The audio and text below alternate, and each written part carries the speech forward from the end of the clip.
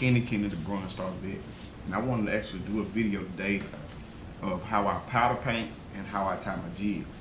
So first of all, we're gonna start off with getting you some great jig heads. Got some 1/16, which I use year round, and I got some 1/8 that I use some of the times when it get kind of windy and I don't want to add a lead shot, a split shot. I go to a 1/8 instead of a 1/16, but this 1/16 is what I use year round. This is a 1/16 number 4 hook. That's the size hook I use, and I love to use sickle hooks. So this is the sickle hook. If you don't know, they have the Aberdeen hook, which is like the regular U. Then they have the sickle. They got like that bend to it. If you want to find some great jig heads, holler at Guthrie Tackle, Chris Guthrie. He's on Facebook, Instagram. Anybody will tell you, anybody know him, he's gonna make the best jig heads known to man. The only person I order my jig heads from is Chris Guthrie at Guthrie Tackle. Contact him at 903-736-8945. So like I said, you can holler at him on Instagram at Guthrie Tackle, Guthrie, Guthrie Tackle on Instagram or Facebook. Put your order in. I promise you, you will not be disappointed with these jig heads.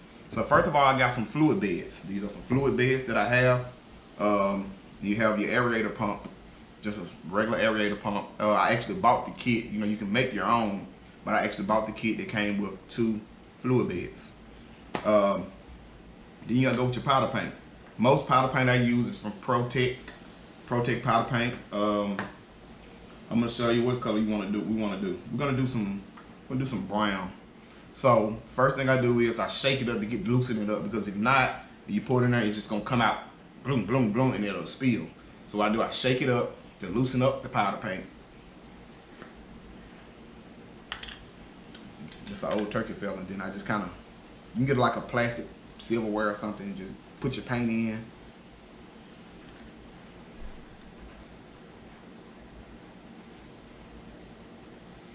Then you have your knob on the side of your fluid bed, so you just turn your fluid bed on. You start in the air. The air have your fluid bed, have your paint moving around a little bit. I use needle nose pliers. Like I said, another thing about me, I use simple stuff. You can get a heat gun. I actually have a heat gun, but I don't use that. It's easier for me to use lighters. Now, the thing about it, when you're using lighters, if you heat that lead up too much, it's gonna melt. Right now, it really don't happen to me a lot. It rarely happens because I've been painting jig heads for a while, but it'll still, you gotta know when it's hot enough. So I'm gonna show you what happens if you put the heat on too long. So this is basically how I do. I heat up both sides for a little while, but if you keep that heat on too long, this actually taking a little longer, it'll drip. The thing you don't want to do is let that right there drip on your skin or your pants or your clothes. It ain't no joke. It's not a good feeling. So like I said, I know how long to keep it, but once you, it's come from trial and error. So I heat up both sides, heat up both sides, and then I put it in the paint and I kind of shake it for like a second.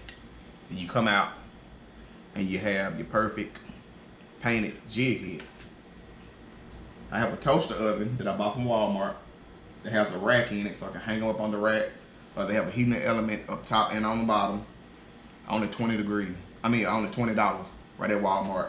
The temperature recommended on these are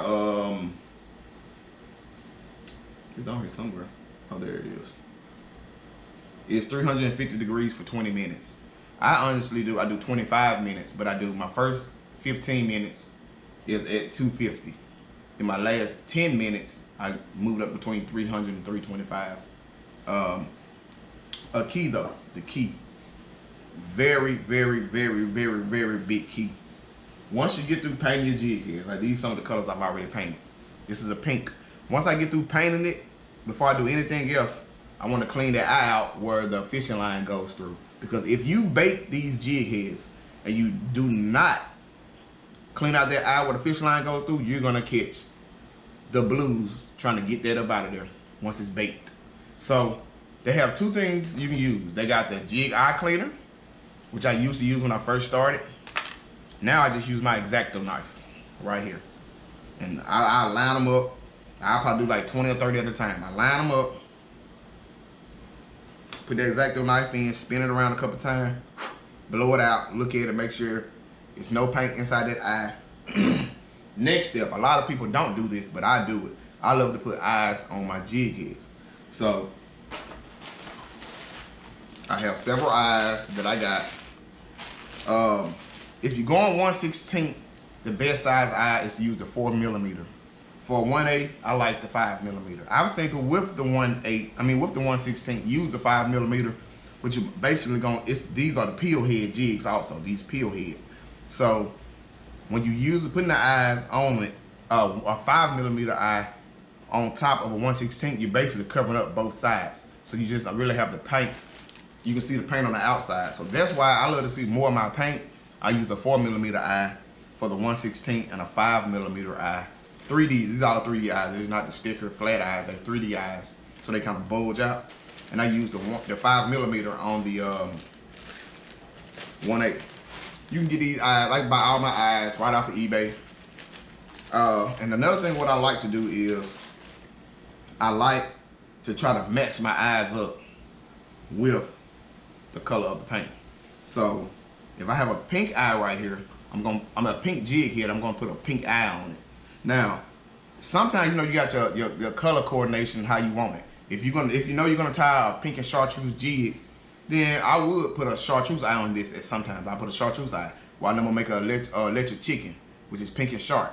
Okay, well I can go ahead and put a sharp eye on this because I know I'm gonna make electric chicken with pink and sharp all the way through. So the way I do it, I'm just grabbing any eye just to show you. This is some glow in the dark eyes right here. But what I do, and a lot of people use glue, you do not have to use glue. And I'm finna show you why and how. What I do is, you get your eye, you get your X-Acto knife, and you don't put the knife all the way through the hole, because you have epoxy on the back. You get that eye, and you just place it right in the center, and you kind of put your finger over it. This is actually this is a 4mm eye, so this is a smaller eye for the 1/8. But you get that set in. Once you get your eyes on both sides, you hang them back up.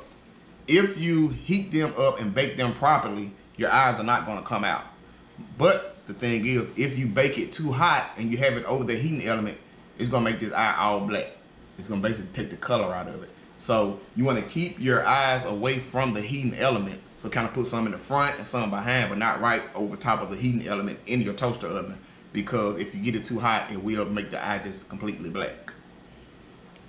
And I promise you, if you do it correctly, you would not have to worry about gluing eyes. I know that takes a long time to sit there and glue every eyeball on there. And that's why a lot of people don't do it, because they don't feel like taking time out to actually glue the eye. Okay. Now let's get to the time part. This is my spider vise. I think I got it off Amazon for about 85 bucks or something like that. But you have any kind of vise you want to use. You get your jig head. Put it in your vise. Make sure your vise is tight. And we'll go with, let's see. We're gonna go with some bluegrass. We're gonna do a bluegrass jig. So this is the bluegrass chenille that I get from Nimrod's Tackle. www.nimrod's tackle, NIMRODS tackle.com. Nimrod's Tackle. You can also get it right off of eBay. I just order mine off of eBay. I do a lot of stuff. I order a lot of stuff when it comes to jig tying off of eBay because it's cheap. A lot of it is cheaper and you can get it in lots. Meaning you can order a lot of that, whatever that material is. So this is what I do when I when I tie my jigs. So bluegrass is chartreuse and blue or green and blue. So what I like to do is, I have a lot of different threads. I buy a lot of threads. So I always match my thread with whatever color chenille that I'm doing. So we're gonna do that. We got our chartreuse bucktail. This is my favorite jigs I love to do is bucktail or deer belly hair. This is actually a deer belly hair. It's gonna be something from a deer. I like to use those for the for my colors I use. I mean my tail. I'm trying to see where it is my, I should have some chartreuse. I got some chartreuse right here. So I look at my Chanel, I can either use a chartreuse thread or I can use my blue thread. I don't use the floss, tie floss. I use regular sewing thread. That's the best thing, I promise y'all. Use sewing thread, it's stronger. So what I do, we're gonna make our base. So what we're gonna do, we're gonna cover that hook all the way down to the, right before the bend on the sickle. And this even with the Aberdeen hook, right before you get to the bend, you cover it, completely cover it with thread so you can see no metal. Once you do that, look, I can't even find none of my stuff, my scissors. I just use these scissors. You cut off your tag end. Cut your tag end off. Then the next step you want to do is grab your, if you're doing hackle feathers, like I said, I really don't like hackle. It takes too long. I love bucktails, and bucktails are very efficient. Like I said, y'all know the crappie I catch, and the numbers I catch. I do my guide trip, everything with bucktail. So this is a smaller pair of scissors I have in here. So what I do, I just look at how big I want this tail, how fluffy I want it. Pinch a little bit off. When you pinch it off, separate it from the rest of the bucktail. You want to separate it from the rest of the bucktail. Then you want to go all the way to the bottom to cut it. So then we'll go all the way to the bottom, cut it off. Kind of shake off the little excess. And then you want to have your bucktail turned to the part you're cutting. Put it all the way up to the top where the jig head is. And then you just tighten it down. Like I'm moving my finger back slowly while I move the thread back slowly. Then you move it back up until it's secure. You see how much pressure? You see how the jig, if you see your jig head moving, you know you're putting enough pressure on it. You don't want to have it loose, because if you have it loose, it's gonna spin when you get finished, you'll be able to spin your body around. So make sure it's tight, good and tight.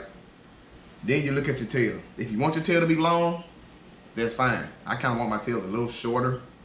So I line them all up and I just cut a little bit off of it. Not a lot, just a little bit. Unless you want a short tail or you want a long tail. I try to have my jigs between 2 to 2.5 inches long. Next thing I do is my flash. This is the kind of flash I use right here. So I grab only one. You can get this off eBay too. I get one piece. I fold it in half. Once I fold it in half, I cut it.